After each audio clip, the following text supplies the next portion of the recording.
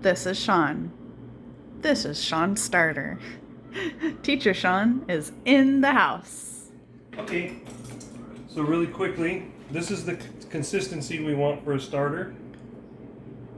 Okay, something close to that. Doesn't have to be exact. That's the most important thing to know, is that you can make it a little thicker than that, a little thinner than that. Whatever works for you when you get into this, that'll make more sense. So when I feed my starter, I add the water first. Wow. I add the water first, and that way, when it goes down the drain, it doesn't clog up your pipes. You're going to find you go through a lot of flour unless you're using your starter, right? So you can use warm water, but cold water will keep it going slow when you're not baking. I'm not baking, so I add the water and I kind of stir it in, and just maybe like about double it in volume. Okay. It can be approximate. It doesn't have to. I know everything you see online. Oh, it's got to be exactly this, and you have to add exactly that. Just relax. It's okay. Because if you make it the right thickness when you're done, you're going to have the right volume. I'm making a mess today. This is weird. All right. So what I'm going to do is I'm going to pour yours into a freshly cleaned mason jar here. So this is coming straight out of mine. So I'm just going to add about. This is more than I usually keep on hand. So that, or maybe even a little less, unless you're going to bake. If you're going to use it, you're going to want to make more, because you're going to want to use a cup or cup and a half of, depending on how much bread you're going to make. But anyway, you don't need to keep a lot on hand. Most of the recipes online or whatever tell you, oh, you add a cup of water and a cup of flour, and you end up with this massive amount of starter. You're going to burn through way more flour than you need to. So this is the most painful part of making sourdough starter, is pouring it down the drain. So this is mine. So you can see how much I have on hand. It's not much. Yeah. All right.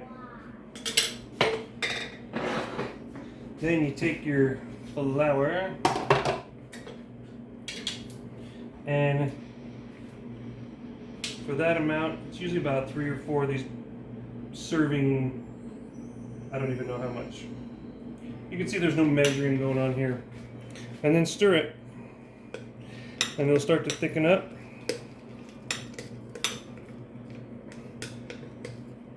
Okay, and it's gonna be really thick. So okay, that's just a little too thick, right?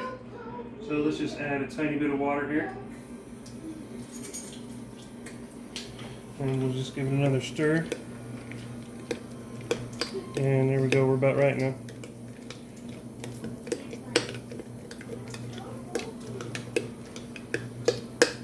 Okay, that's my fed.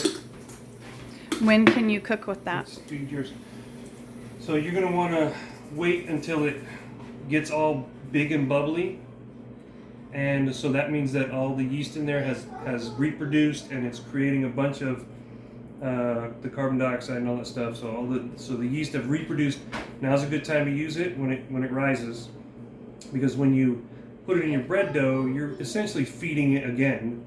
Right, so you want there to be as much in there as possible. So if you've diluted it and you've added the water and flour, there's still just a tiny bit of the yeast in there. It hasn't reproduced and created more. So for yours, I'm gonna dump a little bit of this off.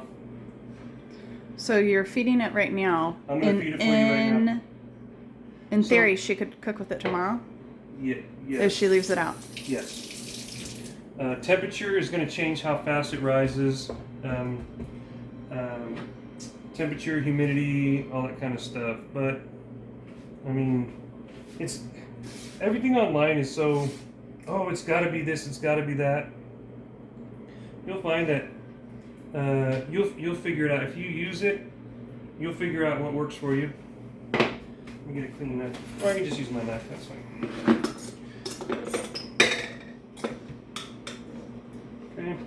So now you can see I've just got that watery starter that I watered down, poured down the sink.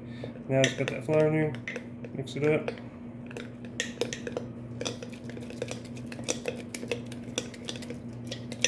So that watery would be okay.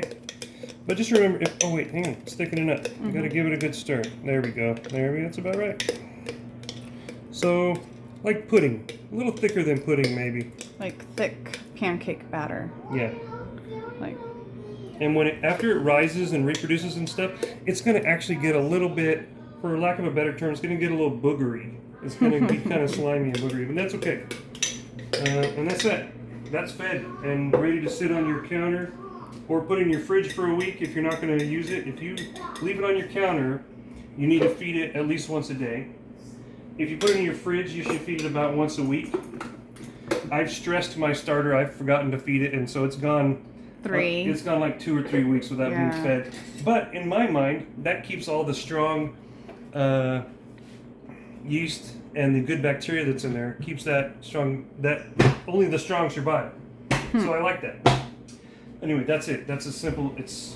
If you let it sit in your fridge, it'll make a layer of hooch. So if it sits too long, so if your starter starts to get a yellow liquid on top, that doesn't mean it's gone bad. It's kind of a clear yellow liquid. That's just the alcohol. It's the byproduct of the yeast reproducing and feeding, or it's feeding, not reproducing, but feeding. It's just alcohol. It's called hooch. Just pour it off. It's going to be a lot thinner than the starter that's underneath it. Another good reason to keep thick starters, so if you have to pour off hooch, all your starter doesn't dump out with it. So you pour off the hooch, and then you can add your water and thin it down. Pour off down the sink what you don't need until you get a little bit in there, and then refeed it, and you're good for the next day or so on the counter. Now, if you're getting ready to use it to bake, you're going to want to feed it a cup, like let's say Twice a day. Yeah, like 2 to 3 times a day. If you know you're going to use it the next day, then you need to prep like the day before and get your starter fed more often. So if she wanted to use this tomorrow, she technically could. She could. Yeah, absolutely. It just wouldn't be super Because sour. I've been feeding it once a day, so it's got fed now. So now there's not going to be enough to bake with right there. That's not enough? No. That's about what you would need for like a loaf of bread right there. So different And she recipes. could leave how much behind to continue? So you can leave a trace amount and just start feeding it slowly. And like, let's say you accidentally dump too much out. All you got to do is just like feed it so it thickens up again, however much you have left. Just feed it till it thickens up again, and then just don't dump any out the next time. Feed it again the next day. Mm-hmm. And So the dumping it out is so you don't get a massive amount of starter, and you're not dealing with 5 gallons of starter. Right. Okay. Yeah, because to feed it, you pretty much double it, right? So by the time you water it down and feed it, it doubles it. So today, if you start out with a cup and you didn't dump any out, tomorrow you would have 2 cups. And then the next day you would have 4 cups. And the next day you would have 8 cups, and on until you ended up like with a 5-gallon bucket full. And then the next day you would have 10 gallons of it. The next day you'd have 20 gallons of it. So you definitely want to just keep it under control to how much you keep on hand, because it takes flour to start it. Flour costs money. So if you want to keep a sourdough starter, you need to keep it in small quantities so you don't burn through tons of flour for no reason. All right. That's it. Anything else? Any other questions, feel free to ask. Okay. I love sharing. I love helping. Bye. Bye.